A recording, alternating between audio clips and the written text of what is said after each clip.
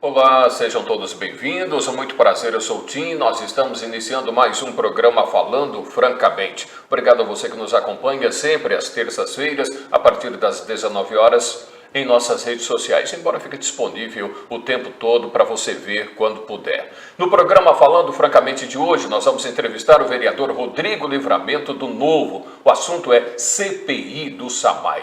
Houve a divulgação do relatório final. Qual foi a conclusão? O que acontece a partir de agora? Como foi o trabalho de apuração da CPI? Estes e outros assuntos no Falando Francamente com o nosso convidado de hoje. Seja bem-vindo, vereador. Qual foi a conclusão dessa CPI do SAMAI? Olá, Tim. Muito feliz de estar aqui. Obrigado pelo convite. Eu acredito que é importante que a sociedade debata e se informe a respeito dos acontecimentos da CPI do SAMAI, não apenas da CPI, mas das investigações que envolvem outros órgãos, como o Ministério Público, o GAECO, que já participaram das investigações, e saibam as conclusões do relatório. O relatório pode ser dividido em duas partes, ao meu ver. Primeiro, é a parte da transcrição dos áudios das testemunhas. Lá a Câmara recebeu dezenas de testemunhas que falaram a visão que elas tiveram, acontecimentos que elas tiveram, todas elas juramentadas no decorrer dos dois contratos investigados, de publicidade e de calcetagem. Então foram dois contratos investigados pela CPI do SAMAI, e a outra parte, que é a parte de conclusão, onde se pediu-se maiores investigações e indiciamentos por parte do Ministério Público. Foram 10 particulares que foram responsabilizados, apontados pelo relator, o vereador Jonathan Henke, 3 ocupantes de cargos públicos e 1 ocupante de cargo político, nesse caso o ex-diretor da autarquia, Ademir Isidoro. Quais são os outros? São particulares, são 10 particulares envolvidos no contrato de calcetagem, que é um contrato que estabelecia que o SAMAI subcontratava a mão de obra para a colocação de paver, lajota e meio-fio, e 3 outras pessoas que são funcionários comissionados ou de carreira dentro do SAMAI. Bom, com o relatório pronto, o que acontece a partir de agora? Falando francamente, essas pessoas podem ser punidas? Como serão punidas? Qual é o trâmite do processo a partir de agora, concluído o trabalho da CPI do SAMAI? Acho que essa é a maior dúvida de todos aqueles que estão olhando do lado de fora. A CPI, além de, é claro, ter o caráter de investigação e, por natureza, de apurar responsabilidades, apurar o ocorrido e corrigir também os erros eventuais que foram encontrados, ele tem o caráter de responsabilizar aqueles que eventualmente cometeram erros. Então, dentro do SAMAI, dentro da autarquia, dentro da CPI, foi-se visto que, de fato, tinham algumas irregularidades, algumas ilegalidades, das quais foi feito o apontamento para o Ministério Público dar prosseguimento, seja através de indiciamento ou através de investigação. E toda a peça, toda a existência, a razão de existir uma CPI é, de fato, a produção do relatório final. O relatório final ele foi votado pelos vereadores integrantes da CPI, são 5 vereadores integrantes da CPI, dos quais 3 votaram favoráveis, 1 votou contrário e 1 não participou da votação por razões particulares. Ele foi, portanto, aprovado, lido em plenário da Câmara e encaminhado para o Ministério Público. O Ministério Público pega esse relatório, é um relatório de 1.500 páginas, vê as considerações, utiliza por completo e 100% do relatório, dos indiciamentos, das investigações maiores, ou adapta. Pega aquelas informações e adapta aquilo que acha que tem que investigar mais ou punir mais. O Ministério Público tem ou não, dependendo do entendimento, oferecer ação à Justiça, né, com base naquilo que vocês apuraram. Houve malversação do dinheiro público ou não? Sim, houve má utilização do dinheiro público. Má utilização ou malversação?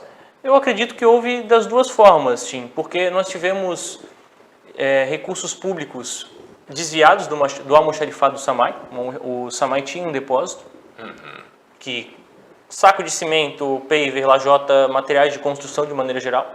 Esse material foi desviado para obras particulares, inclusive admitidos por pessoas que participaram disso, por isso a gente teve mais de 10 pessoas que foram indiciadas, particulares indiciados por conta do contrato de calcetagem.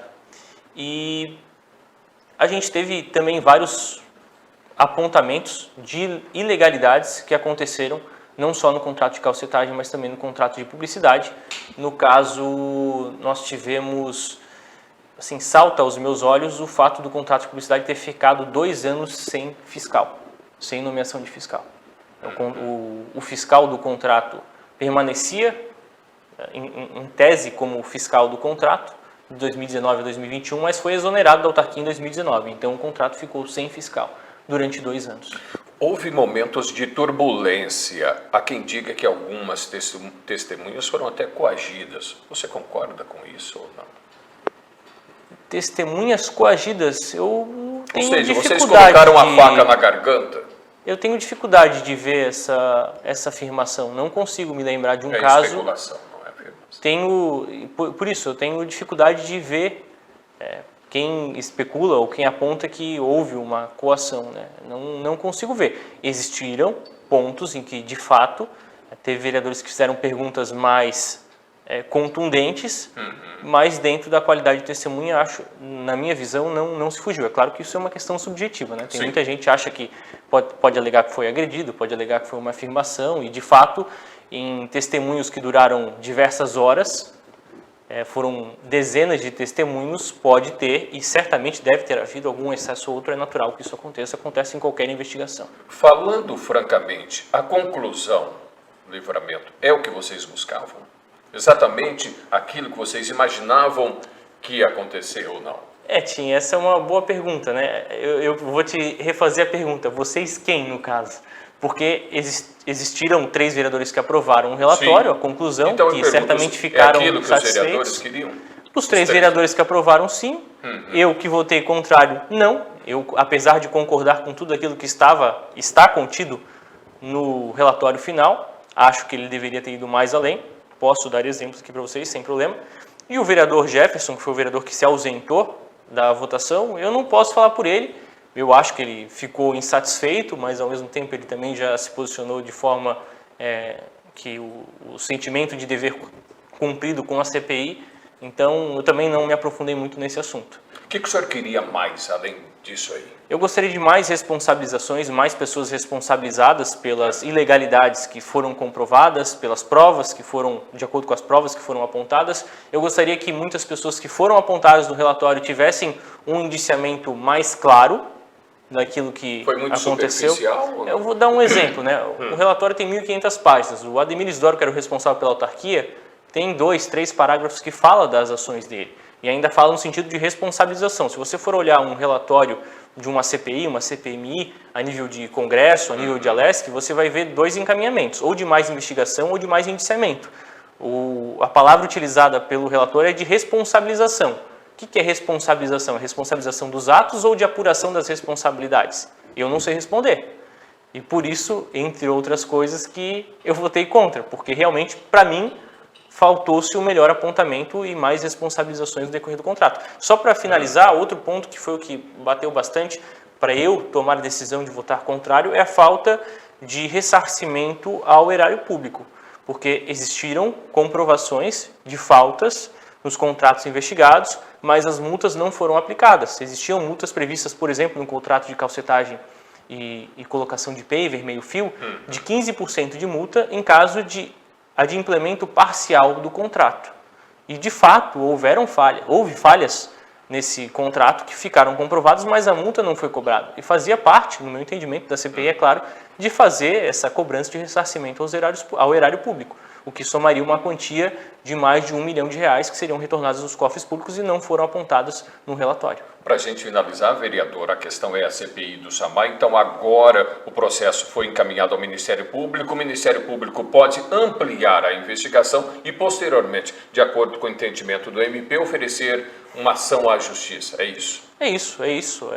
Além desse encaminhamento que o Ministério Público vai dar, eu, particularmente, vou fazer um relatório paralelo, apontando essas divergências que me fizeram não votar favoravelmente ao relatório, por achar que ele precisaria ter ido mais além em responsabilizações, indiciamentos e ressarcimento de danos ao erário público. Espero que possa auxiliar a Justiça aí a, de novo, conseguir recuperar um pouco do dinheiro que foi perdido, conseguir responsabilizar de acordo com as ilegalidades que foram cometidas e as irresponsabilidades por muitos gestores e pessoas que participaram desses contratos. Eu fecho a entrevista uma pergunta de cunho mais político. O Novo deixou de ser novidade? Porque ele mudou um pouco, o senhor é do Partido Novo, né? Ele perdeu um pouco da sua essência na sua concepção ou não? Eu gostaria de entender qual foi o fato que te leva a pensar Novo, por assim. exemplo, propunha não coligações, uma série de tantas outras coisas, e essas questões estão sendo um pouco revistas, né? Não estou falando do vereador, estou falando do partido nacionalmente. O senhor acha que ele perdeu um pouco a essência ou não? O senhor continua apostando no Novo? Enfim. Eu digo que partido não é uma coisa essencialmente boa. No Brasil, a gente deveria ter as candidaturas independentes. Senão seria inteiro, não seria partido. Pode ser que sim. Eu ainda acho isso, me sinto muito confortável dentro do Partido Novo. Ainda é o partido que mais se assemelha às minhas ideias. Tiveram, sim, mudanças dentro do Partido Novo. Eu encaro essas mudanças como algo natural no decorrer do percurso, tanto é que o fundador do partido, João Moedo, saiu do partido por conta dessas divergências. Eu sou daqueles que acho que ele realmente deveria ter saído do partido por diversos desenrolares internos que acabaram acontecendo. E sim, o Novo reviu várias coisas, uma delas bem apontadas por você, a questão da coligação. Nessa última eleição em Minas Gerais, o governador Romeu Zema, que foi eleito em chapa pura, já abriu mais conversa com outros partidos, também gosto bastante fã dele, tomara que seja o nosso candidato a presidente da República. Eu vejo isso com, sim, algum temor, mas também com talvez um olhar de evolução no sentido de entender que política não se faz apenas com base na ideia e você precisa ser, às vezes, um pouco pragmático, desde que sem esquecer os valores do Novo, os princípios que nos levaram até aqui. Obrigado pela entrevista, pela sua participação aqui no programa Falando Francamente. Obrigado, Tim. Um prazer. Conversei com o vereador Livramento, ele integrou a CPI do Samaia. Houve a apresentação do relatório e vocês tiveram um apanhado sucinto do que vai acontecer a partir de agora. Obrigado a você que acompanhou Falando Francamente. A gente volta na semana que vem. Não sei se alguém vai querer contrapor ou não as informações. A entrevista foi extremamente light. Existe até uma apreensão de muita gente em relação a isso. Mas se não tiver o contraditório, na semana que vem o nosso convidado é o prefeito de Jaraguá do Sul, Jair Franzler. Se não adiarem novamente, a gente vai gravar com o prefeito e na terça-feira da semana que vem estará indo ao ar. Grande abraço. Se gostou, compartilha, por favor.